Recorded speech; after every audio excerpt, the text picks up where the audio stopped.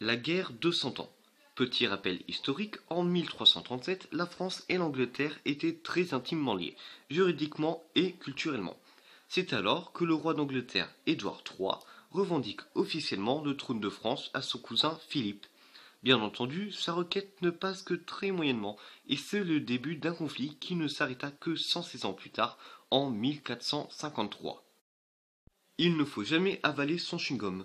Tous les enfants ont entendu au moins une fois cette réflexion étrange et néanmoins assez traumatisante. N'avale pas ton chewing-gum ou il va rester collé des années dans ton estomac. Oui, ça peut faire peur. Cette idée reçue populaire est née d'une menace parentale à but dissuasif. Et c'est ainsi que des milliers de petits-enfants ont intégré cette aberration au point d'en être encore persuadés à l'âge adulte. Et pourtant, avaler un chewing-gum n'est pas vraiment dangereux. Principalement composé d'éléments non digestibles pour l'organisme, la gomme traverse simplement le système digestif pour être rejetée dans les selles au bout de quelques jours. À la limite, le plus grand inconvénient des chewing-gums, c'est d'en mâcher trop et de subir de désagréables problèmes de ballonnement intestinal. Le ciel se reflète sur la mer. Prenez de l'eau de mer dans votre main. Évidemment, elle sera incolore. Et si la mer lagon des tropiques est d'un bleu si éclatant, c'est forcément parce que le bleu clair du ciel se reflète sur elle.